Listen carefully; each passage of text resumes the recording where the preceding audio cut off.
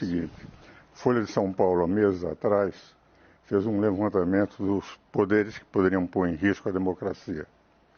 Pela primeira vez, o Supremo aparece pelo povo, eu estou falando do povo, entendendo que 63% da população brasileira acha que o Supremo põe em risco a democracia. Percepção do público. Percepção do público. Okay. Segundo lugar, é evidente que nós temos o Supremo, desde 2003, 7 dos ministros bons juristas que foram colocados pelo governo anterior, onde houve o petrolão e o mensalão. Isso foram realidades. Quer dizer, o Brasil foi saqueado. A Petrobras teve que pagar uma fortuna lá fora por aquilo que, enfim, sei que não era o governador Tasso, mas houve todo um esquema de assalto à nação. Naquele momento, nós tivemos alguns ministros, como Joaquim Barbosa, Carlos Aires, que conseguiram levar. Mas dentro dessa linha de, vamos ver, de o Supremo passar a ter um papel político, no momento em que se sentiu que eles deveriam enfrentar o presidente da República, achando, vamos afastar esse presidente, desmonetização de todas as redes sociais consideradas conservadoras.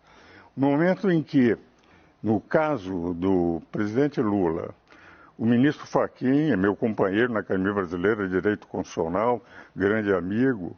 O ministro Fachin descobre que o juiz Sérgio Moro era incompetente para julgar. Ora, em direito, qualquer aluno de processo civil, de qualquer faculdade de direito, sabe que a primeira coisa que qualquer juiz de direito faz é saber se ele é competente ou não. Foi argumentado em primeira instância, foi argumentado com 3 eminentes desembargadores do Tribunal Federal de Recursos. O Supremo, por 6 ministros, entenderam que o foro era competente e depois embargos de declaração de habeas corpus.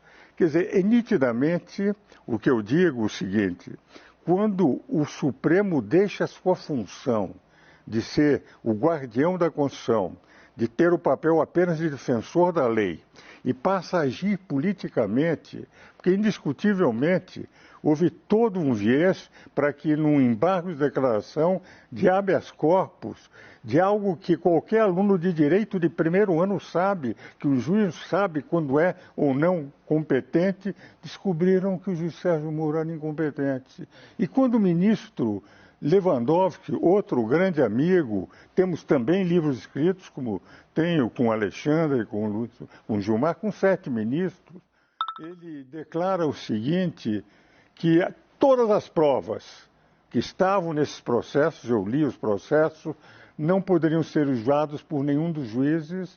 Uma juíza de Brasília, como é que ela decidiu? Absolva o presidente Lula e mais 8 pessoas.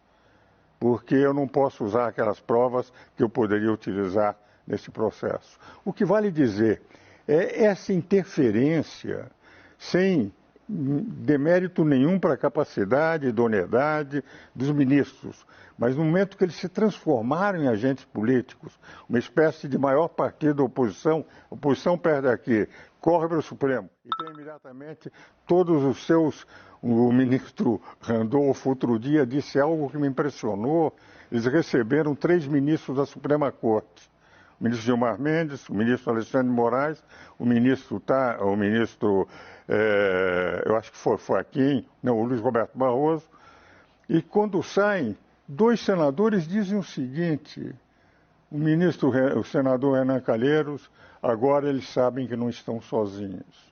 E depois diz o ministro Randolfo, o senador Randolfo Rodrigues, eu creio que é o nome dele, diz o seguinte: agora eles sabem que tem respaldo. Ora, o Supremo não tem que ter respaldo de senadores.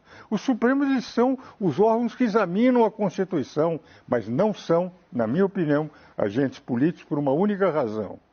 Porque há harmonia e independência de poderes e o Brasil definiu na Constituição de 88 quais são os poderes. Poderes do povo, legislativo e executivo. Se mal, se em cada eleição se pode mudar. Poder da lei é o Supremo Tribunal Federal. Quando o Supremo se torna também um agente político, para poder interferir no processo político, eu não estou favorável, apesar de admirar cada um dos ministros que lá estão, até porque amigos meus, tenho livros escritos com 7 deles, mas eu entendo que os poderes têm que respeitar as suas competências e os eleitores é que devem decidir em quem é que tem que votar. Eu realmente acho uma infelicidade a gente ter que cortar o programa aqui. Nós temos que respeitar uma agrária e sinceramente, como jornalista profissional, fiquei... Bom, claro, estou apresentando o programa, estou falando de mim, mas eu acho que posso dizer isso em nome do público também, é extraordinariamente